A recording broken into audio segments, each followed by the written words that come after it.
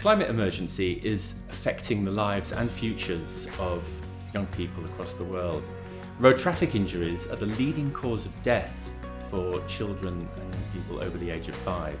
And millions of children are breathing toxic air every day on their journeys to school.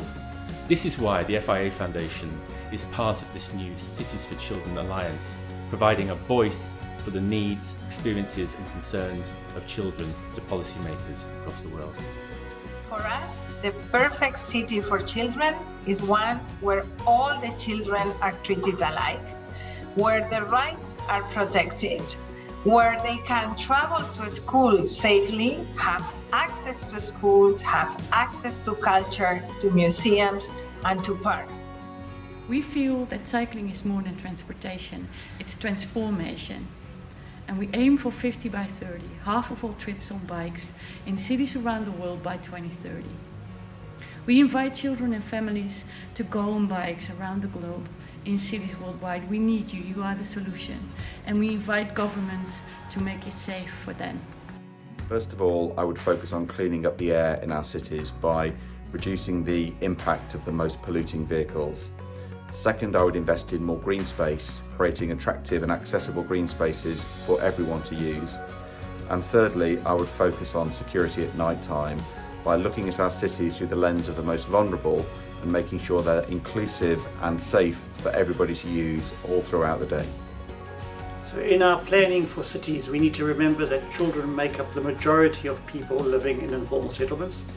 We need to focus on providing basic services like water, access to primary health care, addressing food insecurity, and areas for play and schooling for children living in informal settlements. We work at a global level in order to ensure a good start for all children. And the 3 things that we're currently doing in order to make cities healthier and safer for children are improving the public space, bringing blue and green infrastructure into cities. Second, promote active mobility, which basically involves walking and biking.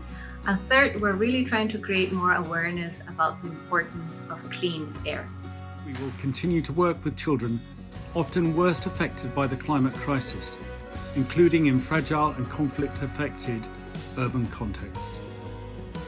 We will raise the voices of children and promote children's participation in decision-making in cities where we work. And we will strengthen disaster risk reduction and climate change adaptation activities in all of our urban projects. We are going to continue leading and working in partnership with the Global Alliance Cities4Children. Our vision is that urban areas are planned, designed and managed so that all children can grow up healthy, safe and happy. We will support children to raise their voices and defend their rights to achieve their full potential. We want to understand and support their priorities, whether it is clean air to breathe or a safe place to play. We will continue to work to ensure that all children learn, survive and are protected, with a focus on supporting children experiencing discrimination and inequality. We've seen repeatedly how children are impacted by the quality of their housing. This is especially true concerning their health and education outcomes. We urge partners to join us in investing in climate-related innovations for housing and in building with renewable materials, using techniques that will better withstand the impacts of disasters and climate change. We also are using our voice to raise awareness. At this year's COP26 meeting, Habitat has called on member states to prioritize decent housing because it is essential for creating inclusive, safe, and resilient human settlements, especially for children.